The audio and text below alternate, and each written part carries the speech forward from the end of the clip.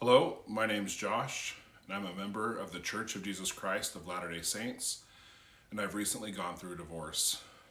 Today, I'd like to talk a little bit about what I kind of termed keeping my head above water. Sometimes, especially early on in the divorce process, but all throughout it, you have emotional highs and you have emotional lows. That is very normal. Everyone deals with that. I think that's probably true of any crisis. You're going to have those emotional highs and emotional lows. The challenge that comes with the divorce is many times you have children involved. So there's a responsibility to those children. They need to eat, they need to get ready for school, they need to do all the things in their life despite what's going on. Also, besides that, in my case, I have a job. I can't stop working. I've got to provide for my family. Even though my family is now in jeopardy, I still have a responsibility to provide for them. And so I couldn't stop going to work. I was able to take a day or two off here and there, but all in all, the world keeps spinning. You have to do the normal daily tasks. So how do you keep your head above water? There's a couple things that I found were very important to me that I had to stick to. Now, one of them that I learned in time was a self-care routine. I'll talk about self-care probably in a different video, but some really basic essentials that I had to do. The first one was sleep. I again, I think when people are dealing with crisis in their life, sleep just evades you. And that is so hard because you have all this emotional turmoil within you. There's spiritual turmoil within you now. You physically can feel it. And then all of a sudden, you're not able to sleep. Even if you do sleep, maybe you fall asleep, but a couple hours later, you wake up and a thought of the divorce comes in your head, and boom, you're back up again. That is tough. And then maybe you can't even fall back asleep again. So one of the things that I ended up doing, because my lack of sleep was making it hard for me, well, it was making it more difficult for me to perform at work, to take care of the responsibilities I had as a father. At the time, I was trying to save the marriage, so thinking about that, well, a lack of sleep helps none of that. It actually makes it worse. So I ended up going to, at that point I was seeing a counselor anyways, and then I also had a psychiatrist that I would see occasionally. And I talked to my psychiatrist and my counselor about something to help me just sleep at night. Medical help is there, and I encourage anyone to take advantage of it. I had tried herbal remedies and I had tried some other remedies. They weren't working for me. So perhaps they work for you, but for me, they weren't working. So I was prescribed something that would help me sleep at night. It was really good because it didn't make me drowsy in the morning. It helped me fall asleep. And then it helped me just get a good night's rest. There were several times throughout the divorce process where I would be woken up in the middle of the night by one of my children because of distress from the divorce. And I was able at least to wake up and be there enough to help them when that occurred. But I needed that sleep. There was a couple of times early on in the divorce process where, because of my lack of sleep, I would come home and I learned I was dealing with depression at the same time.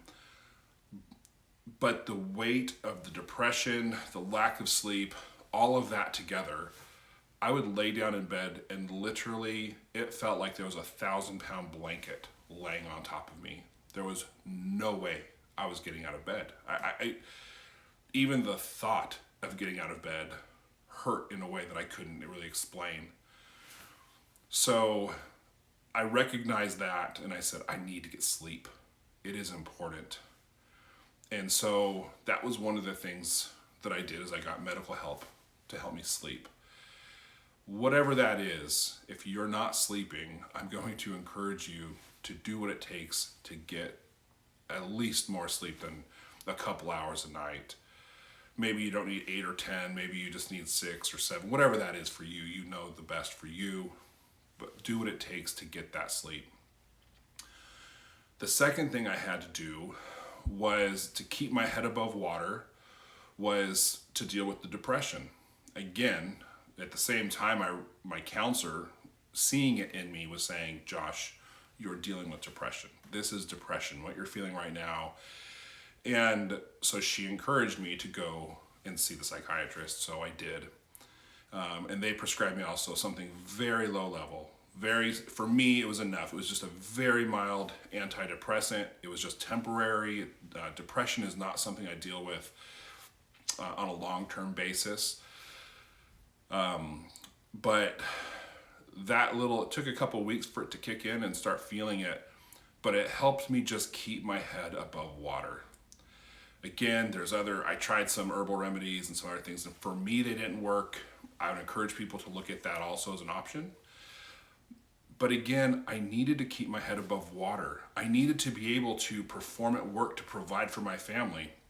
I needed to be able to help my children who were struggling with this divorce. I needed to do things because the world doesn't stop spinning. And although in my head I was feeling pain like I never felt before, I needed to be able to deal with it. The third thing that I did, and this was probably the most difficult of them all, was to go to my bishop, who knew what was going on. He was well aware of the whole situation, and ask to be released from my calling. I've been one of those people that my entire life has always had a calling. As far as I can remember, I've always had a calling, except for some very brief periods in time that happens, but I always had a calling, sometimes 2 and sometimes 3. And I was always happy to serve in my callings. Even if it was a calling I didn't like, I figured, hey, this is what the Lord's asking me to do. I'm gonna serve. I'm gonna serve because that's what we're here to do. At this point, there was so much on my plate. I felt like I was drowning, and I had to simplify. So I went to the bishop, and I just asked him. I said, Bishop, I feel really bad about this, but I think I need to get released from my calling. And he was very gracious, very understanding. And he made me feel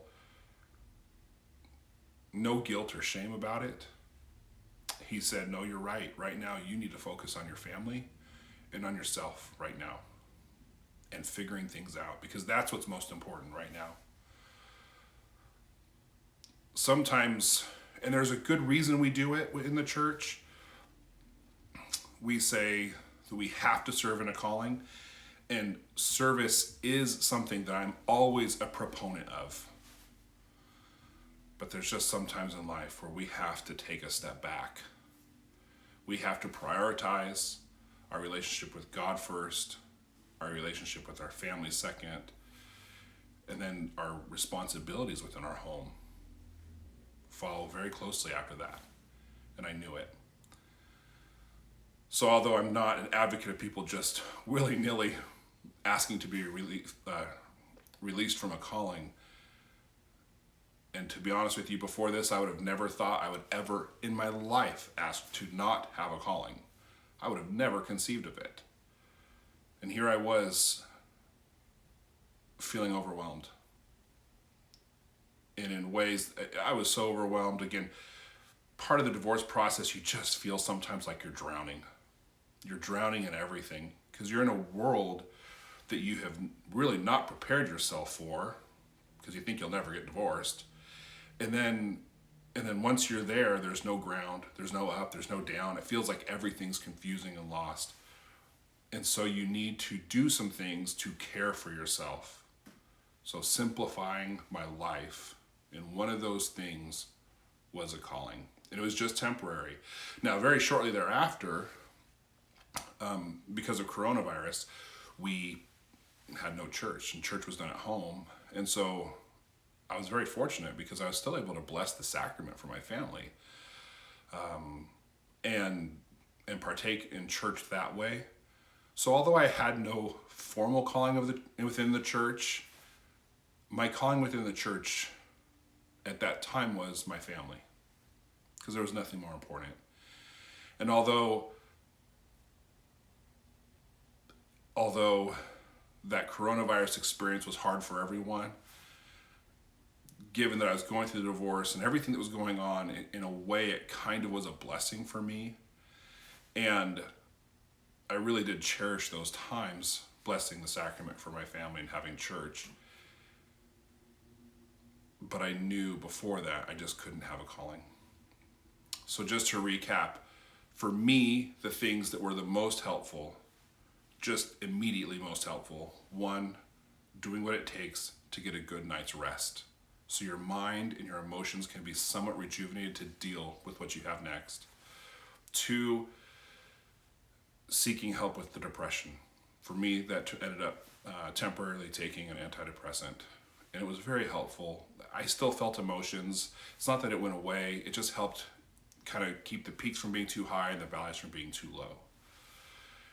And then finally, simplifying my life. And for me at that time, for me specifically at that time, that meant asking to be released from a calling.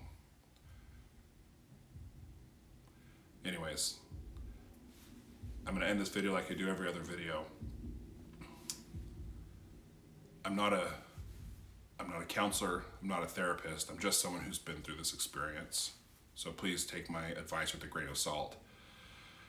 Although I'm a member of the Church of Jesus Christ of Latter-day Saints, my channel is in no way affiliated with the church or endorsed by the church. My thoughts are my own.